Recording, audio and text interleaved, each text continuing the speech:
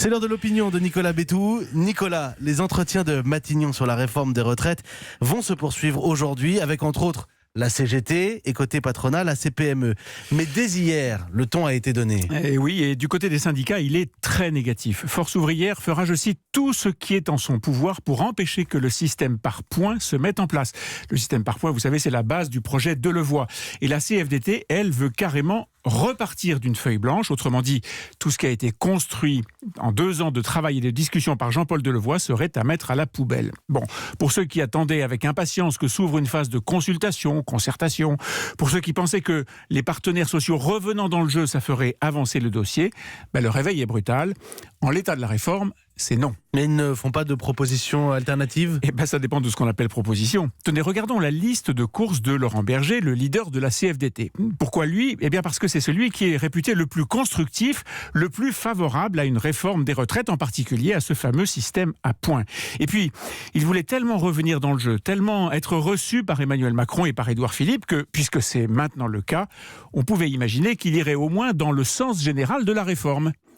Et ce qu'il dit, c'est qu'il n'y a pas d'urgence à réformer, qu'il n'y a pas de problème budgétaire. Il dit, je cite, qu'il ne veut pas d'une réforme d'équilibre financier, mais de progrès social. C'est formidable. D'abord, cette idée d'opposer de façon manichéenne les finances et le social, comme s'il ne pouvait pas y avoir de progrès sans déficit.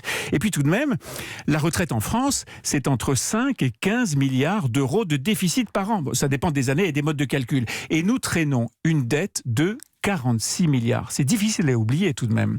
Quant à la question de l'âge de départ à la retraite, le patron de la CFDT est là aussi résolument hostile à la notion d'âge pivot et aux 64 ans. Il est pour que la retraite soit calculée en fonction du nombre de trimestres de cotisation. Voilà, c'est un système favorable à ceux qui ont peu de qualifications et qui entrent tôt sur le marché du travail, grâce à quoi ils peuvent accumuler des trimestres et partir pas trop tard à la retraite. Mais on y entre de plus en plus tard sur ce fameux marché du travail. Et en particulier ceux qui font des études, parfois longues, je pense aux cadres bien sûr, ce seraient les premières victimes d'un abandon par le gouvernement de la notion d'âge légal ou d'âge pivot à 64 ans. Et le patronat, Nicolas, quelle est sa position ? Il est inquiet de voir que la réforme à peine proposée risque d'être détricotée. Il est inquiet de voir que la phase de concertation, si elle était évidemment indispensable sur le plan politique, risque de vider la réforme de son ambition et de creuser les déficits.